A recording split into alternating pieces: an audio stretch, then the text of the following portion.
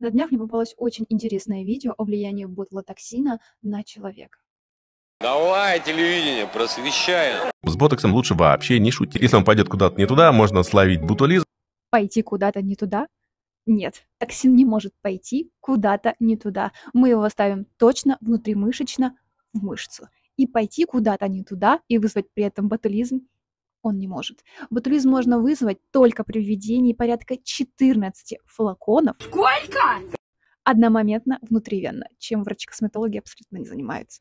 А те люди, которые колят себе ботокс там в подмышки, чтобы не потеть, или в какие-нибудь мышцы лица для того, чтобы у них мимика разгладилась. Видимо, Артемию абсолютно не знакомо такое заболевание, как гипергидроз, и о том, насколько сильно меняется качество жизни при таком заболевании. И хочу отметить, что есть огромное количество научных исследований, которые показывают, насколько сильно меняется качество жизни, и насколько сильно снижается депрессивное состояние у людей с ботоксом.